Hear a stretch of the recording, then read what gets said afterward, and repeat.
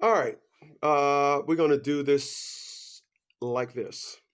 New to the channel, man. Please, man, by all means, hit that subscribe button. Um, Welcome to WLAW Law Talk Radio, 98.3.com FM, broadcasting you live out of Todd Smith Studios. I'm Chris One Radio Group. Hey, listen, man, if you're new to the channel, man, please, by all means, hit that subscribe button. Also, hit that notification bell and like and share these videos. Man, someone you know needs them. All right, I want to talk about something. Let me jump right into this thing here. People, I want to talk about curse. I want to talk about cursing. Um, I want to talk about cursing. And I want to talk about cursing because, people, there was a time when cursing someone was like catastrophic. It was cataclysmic. It was an act reserved only for witches and voodoo and things of that nature. Now we curse individuals, and it's the thing to do. Social media, the Times itself has allowed cursing someone to be like a part of the communication narrative. And I get it. I'm talking about this because we used to. There was a time when we was more into social, spiritual stability. Now spiritual stability is out. Now we seem to be just in this big quagmire of social stability. Everybody wants social awareness, and not too many people want spiritual awareness. People, I'm all for the spiritual. People, when I was young, I used to see ghosts. And I think that's part of the big reason why I don't do negative.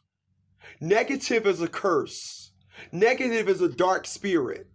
So let me introduce you to my situation when I was a little children. People, I was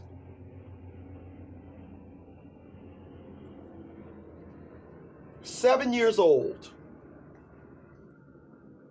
and I used to see ghosts from about the age of 3 to about the age of 7.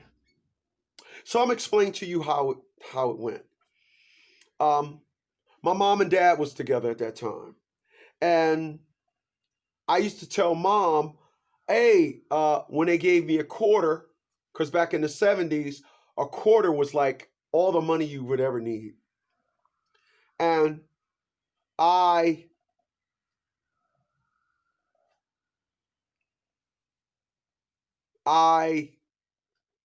would see ghosts. I would see one particular ghost. I would see George Washington.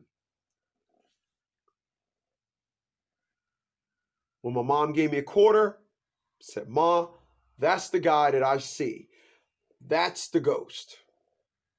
Get a dollar bill. That's that dude. There he is. That's the guy that I see. That's him. That's him. That's him. And my mom and dad used to be like, oh, he must gonna have an infatuation with money. This is loopy. Until one day we got a knock on the door.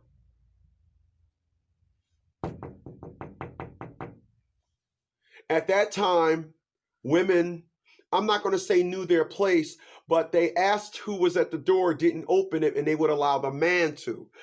My dad was home, and my dad opened the door only to get greeted by an individual, took his hat off. Good evening, sir. I'm such and such. We are with the Museum of XYZ. May we come in? No. My dad said no.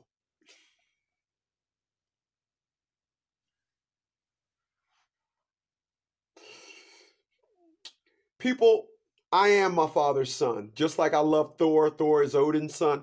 I am my father's son. Tell people how you feel. Come if they don't like it. Just get on. Beat it.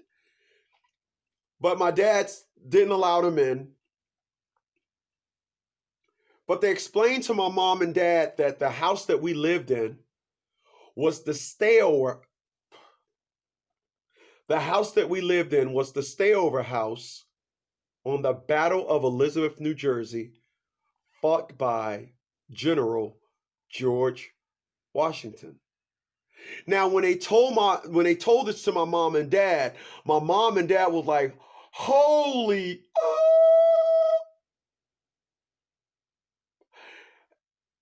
And my mom said, "My son sees him all the time," only to get, "Really? Yes, my son right there. How you doing, young man?" I don't even think I spoke back. But I think because I seen ghosts when I was a kid, negative and wrong scares me. I'm not built for negative under the context of you can be negative now and it ain't gonna bother nothing. So you can go ahead and be negative. No.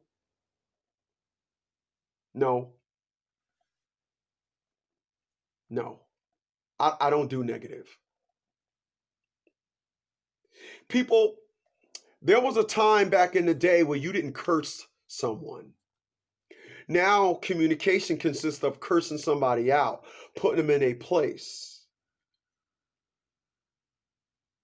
Negative spirits are called on, like Thor puts his hand out and calls Mjolnir. Individuals put their hand out because they are ready to, excuse me, they call on. When you get mad, what do you think you're calling on? What do you think? You just sit there and just get mad out of the blue? You think you just sit there and just mad was just happens? No, you call on negative spirits, the cursed.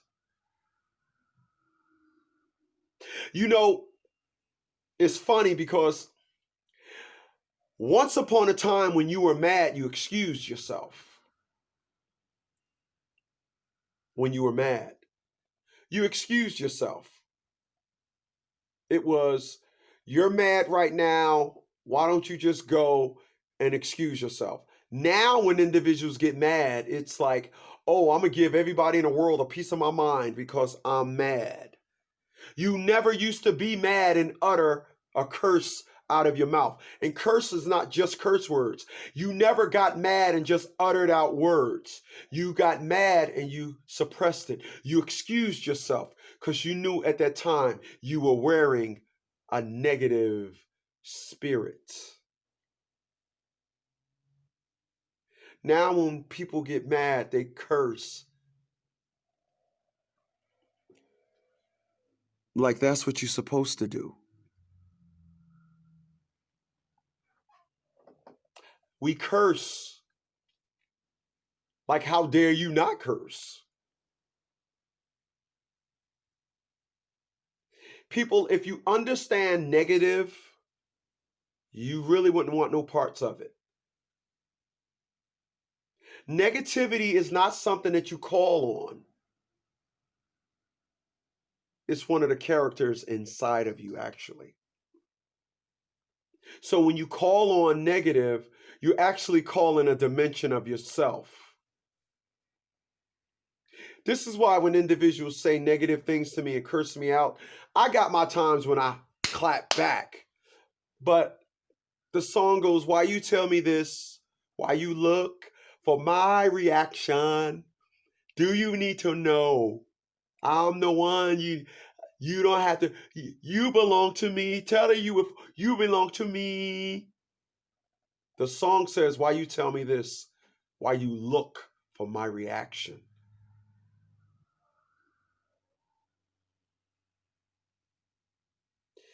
People, if you understand negative, you really wouldn't want no parts of it. If you think you're going to navigate yourself through life and do things that you ain't supposed to be doing, people, there are no such thing as a gray area. Believe it or not, it's right and wrong. You cross the line, that's what it is. But when you want that gray area, the gray area is for all those that want up insurance. The gray area is for all those who want to be able to say, blah, blah, blah, blah. Well, you got to understand. No.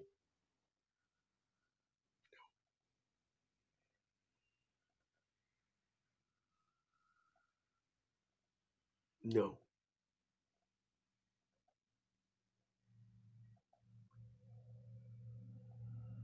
No.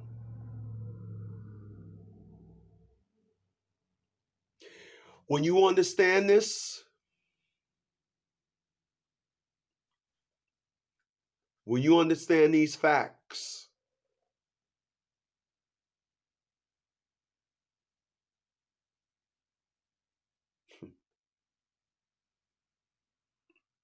just give me a second.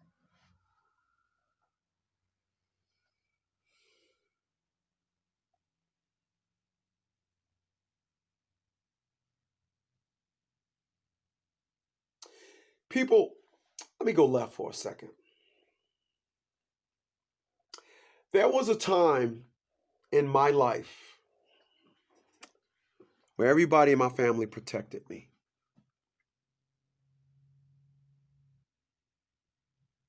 Now, because of what I do for a living, I talk. Most of the hate that I'm getting generated towards me comes from my own family. It makes me fair game. It's like, oh, you can do that because it's understandable. I don't know where we went from protect Chris to treat him like trash. I don't know where we went from before we left the house, y'all protect y'all little brother, to your little brother.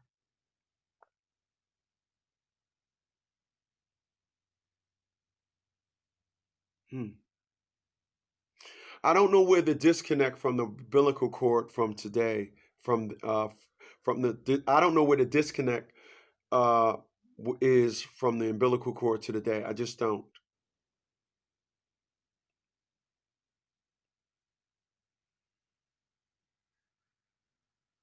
Hmm.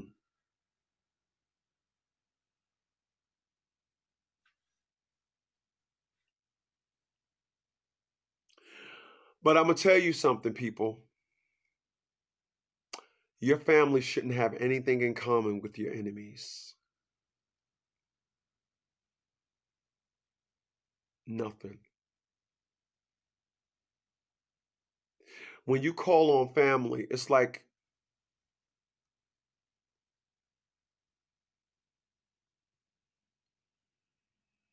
Nick Fury calling on all the Avengers. And we all know that the Avengers, they come after the issue. They're not going to come and save, and they're going to come avenge.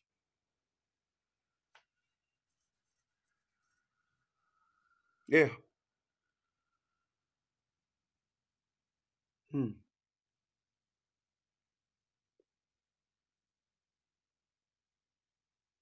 Hey man, what do I know? All I do is kick facts at 100%.